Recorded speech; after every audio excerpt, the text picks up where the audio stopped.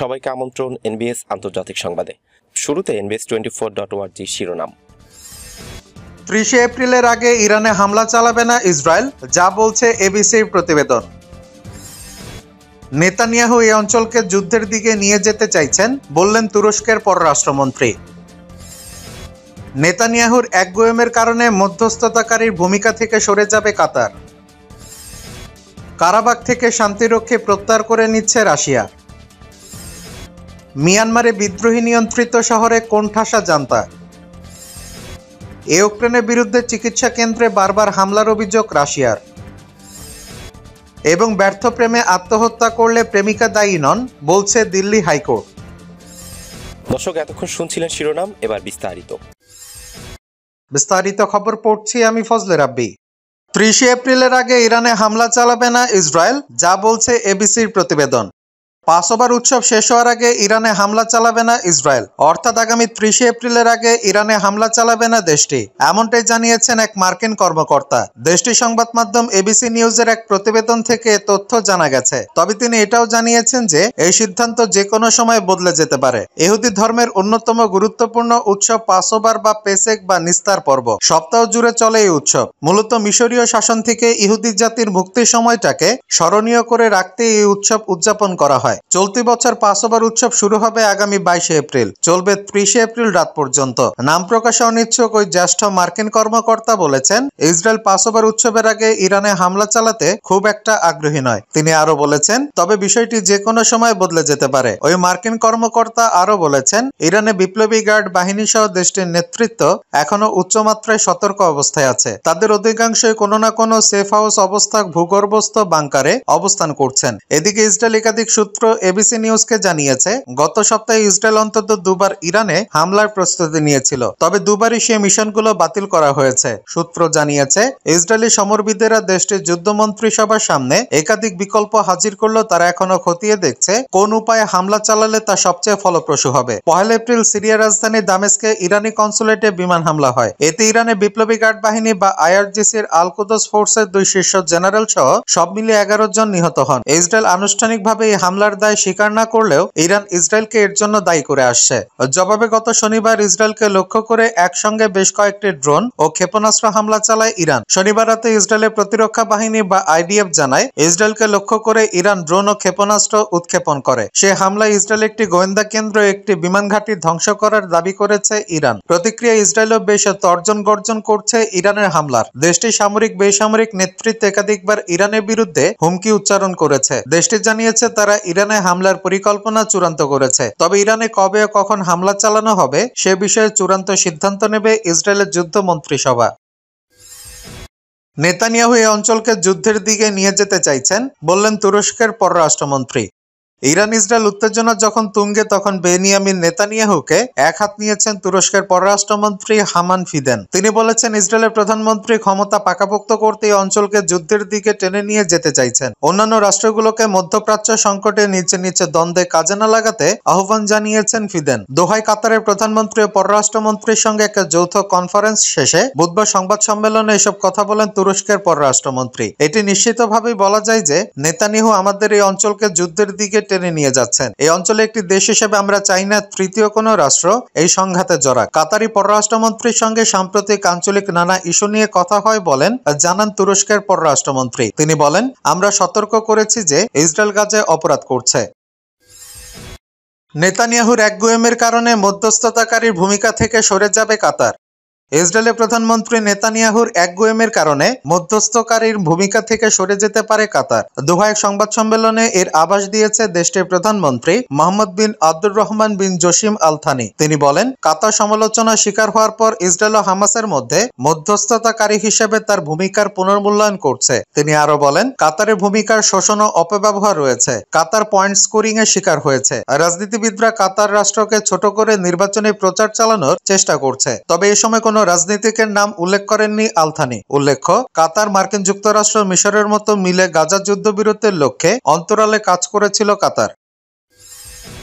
Karabakh থেকে শান্তিরক্ষী প্রত্যাহার করে নিচ্ছে রাশিয়া।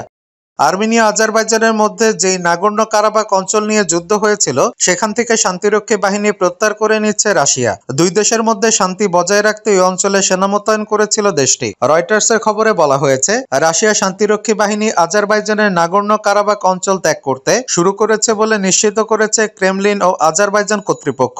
6 সপ্তাহ ধরে আজারবাইজান ও আর্মেনিয়ার মাঝে যুদ্ধ চলার পর 2020 সালের নভেম্বর এক চুক্তির আওতায় দক্ষিণ ককেশাসের এই অঞ্চলে 2000 সীমান্তরক্ষী মোতায়েন করে রাশিয়া। সেনাদের উপস্থিতি সত্ত্বেও গত বছরের সেপ্টেম্বরে আজারবাইজান পুনরায় অঞ্চলটি নিজেদের দখলে নিয়ে নেয় এবং সেখান থেকে 1,20,000 আর্মেনীয়কে বিতাড়িত করে আর্মেনিয়ার প্রতি সহানুভূতিশীল রাজনৈতিক নেতাদের গ্রেপ্তার করতে শুরু করে। সে সময় রাশিয়া আর্মেনিয়ার স্বার্থ রক্ষা করতে ব্যর্থ হয়েছে বলে অভিযোগ তোলা হয়, যা রাশিয়া প্রত্যাখ্যান করে। চুক্তি অনুযায়ী 2025 সালের নভেম্বর পর্যন্ত রাশিয়ান সেনাদের কারাবাখে থাকার কথা। মঙ্গলবার 16 এপ্রিল রাতে আজারবাইজানের গণমাধ্যমে প্রথম ধাপের রাশিয়ান সেনাদের কারাবাখ ত্যাগ করার বিষয়টি নিশ্চিত করেছে। বুধবার ক্রেমলিনের মুখপাত্র দিমিত্রি পেসকভ সাংবাদিকদের জানান, আজারবাইজানের কারাবাখ থেকে সেনা প্রত্যাহারের ঘটনাটি সত্য। আজারবাইজানের প্রেসিডেন্ট ইলহাম আলিয়েভের পররাষ্ট্রনীতি বিষয়ক উপদেষ্টা হিকমেত আজিয়েভের বরাত দিয়ে আজেরটেক বার্তা সংস্থা জানায়, 2020 সালের 10 নভেম্বর স্বাক্ষরিত ত্রিপাক্ষিক চুক্তি অনুযায়ী আজারবাইজানের ভূখণ্ডে অবস্থানকারী রাশিয়ান সেনাদের দ্রুত অপসারণের বিষয়ে রাশিয়া আজারবাইজান উভয় দেশেই সম্মত হয়েছে। রাশিয়া এমন সময় সেনা সরিয়ে নিচ্ছে যখন আর্মেনিয়া সরকার তাদের দেশের প্রধান বিমানবন্দর থেকে রাশিয়ান সীমান্তরক্ষীদের সরিয়ে নিতে চাপ দিচ্ছে এবং পার্শ্ববর্তী জর্জিয়ার জনগণ রাশিয়া সমর্থিত সরকারের বিরুদ্ধে আন্দোলন করছে। মিয়ানমারে বিদ্রোহী নিয়ন্ত্রিত শহরে কোণঠাসা জান্তা। মিয়ানমারে একটি জটিল বাণিজ্যিক পোস্ট মাওবাদী। গত সপ্তাহে জান্তা শাসকের কাছ থেকে এটি দখল করেছে দেশটির বিদ্রোহী জান্তারা। সেখানে তুমুল লড়াইয়ের স্পষ্ট ছাপ রয়ে গেছে। সোমবার 15 এপ্রিল বিদ্রোহী নিয়ন্ত্রিত গুরুত্বপূর্ণ বাণিজ্যিক অঞ্চলে বিরল প্রবেশাধিকার পেয়েছিল ব্রিটিশ বার্তা সংস্থা রয়টার্স।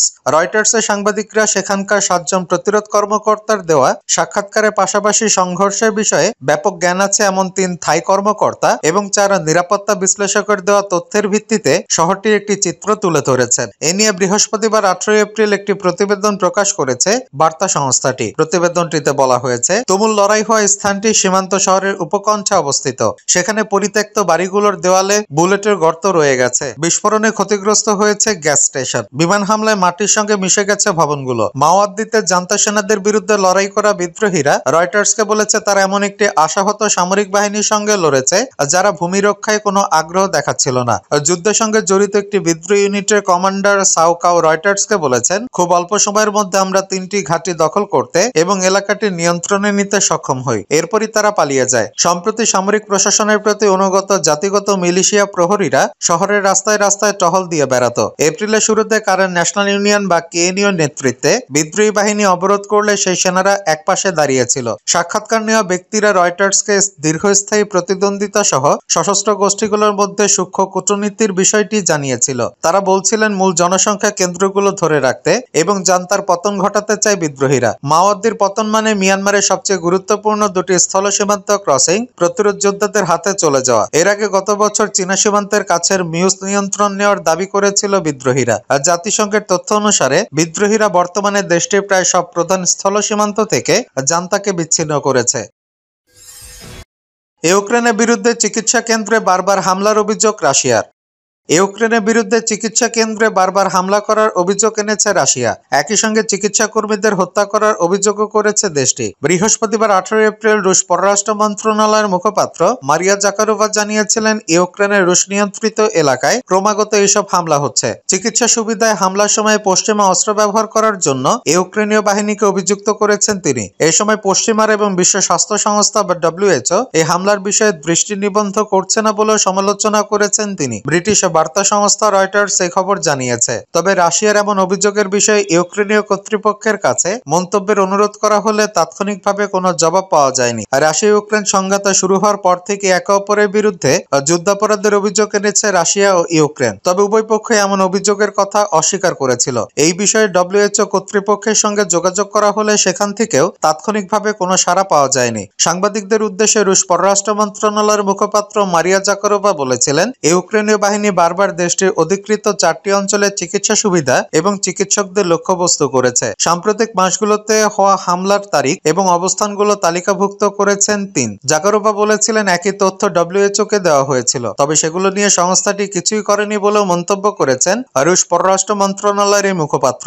জাকারোভা বলেন, পশ্চিমে সরবরাহকৃত অস্ত্র দিয়ে কিয়েভে গোলাগুলির ঘটনায় আসল চিকিৎসকেরা মারা যাচ্ছেন। পশ্চিম এবং পশ্চিমা মিডিয়াগুলো ইউক্রেনের করা যেকোনো ধরনের অপরাধকে উপেক্ষা করে শুধু রাশিয়ার সমালোচনা করতেই চেয়েছিল বলে অভিযোগ করেছেন তিনি।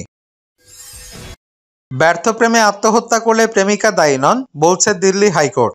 যদি প্রেমের সম্পর্ক ভেঙে যায় আর তার ফলে যদি কোনো প্রেমিক আত্মহত্যা করেন, তার জন্য প্রেমিকা দায়ী থাকবেন না, তার বিরুদ্ধে জবাবদিহিতা চাওয়া যাবে না। দিল্লি হাইকোর্ট এমন রায় দিয়েছে বুধবার। আদালত বলেছে, দুর্বল ও ভঙ্গুর মানসিকতার জন্য যদি একজন পুরুষ এমন ভুল সিদ্ধান্ত নেন, তাহলে প্রেমিকাকে দায়ী করা যাবে না। আত্মহত্যার প্ররোচনায় 2 ব্যক্তিকে গ্রেপ্তার পূর্ব জামিন আবেদন নিয়ে শুনানিকালে এমন পর্যবেক্ষণ দেয় আদালত। এই খবর দিয়েছে অনলাইন এনডিটিভি। বিচারক অমিত মহাজন আরো বলেছেন, যদি ব্যর্থ প্রেমের কারণে একজন প্রেমিক আত্মহত্যা করেন, যদি পরীক্ষায় বাজে ফলের কারণে কোনো শিক্ষার্থী আত্মহত্যা করেন, যদি কোনো ক্লায়েন্টের মামলা খারিজ করে দেওয়ার কারণে তিনি আত্মহত্যা করেন, তাহলে প্রেমিকা, পরীক্ষার্থী এবং আইনজীবীকে আত্মহত্যার জন্য দায়ী করা যাবে না। একজন নারী ও তার এক বন্ধুর জন্য আগাম জামিনের শুনানিকালে আদালত এই মন্তব্য করেন। ওই 2 ব্যক্তির বিরুদ্ধে অভিযোগ, তাদের উস্কানিতে 2023 সালে একজন পুরুষ আত্মহত্যা করেছেন। নিহত ব্যক্তির পিতা থানায় অভিযোগে বলেছেন, আগে থেকে তার ছেলের সঙ্গে প্রেমের সম্পর্ক ছিল ওই যুবতীর। একই সঙ্গে তিনি এক যুবকের সঙ্গে প্রেম করতে থাকেন। তিনি দ্বিতীয় যুবক, তাদের দুজনেরই বন্ধু। ওই যুবতীর দ্বিতীয় প্রেমিক প্রথম প্রেমিকের কাছে জানায় যে যুবতীর সঙ্গে তার শারীরিক সম্পর্ক আছে এবং তারা খুব তাড়াতাড়ি বিয়ে করতে যাচ্ছেন। এই কথা শুনে প্রথম প্রেমিক আত্মহত্যা করেন। তার মা তার রুম থেকে মৃতদেহ উদ্ধার করেন। সেখানে একটি আত্মহত্যার চিরকুট পাওয়া যায়। সেখানে তিনি জানিয়ে যান ওই যুবতীও তার দ্বিতীয় প্রেমিকের কারণে আত্মহত্যা করেছেন। আদালত এটা আমলে নিয়ে বলেছে, চিরকুটের নাম উল্লেখ করে গেছেন মৃত ব্যক্তি, কিন্তু তার অর্থ এই নয় যে আত্মহত্যায় প্ররোচনা দিয়েছেন তিনি। দর্শক, এই ছিল এখনকার মতো। আমাদের পরবর্তী সংবাদ দেখার আমন্ত্রণ জানিয়ে বিদায় নিচ্ছি আমি শফিউল আলম আরাফ।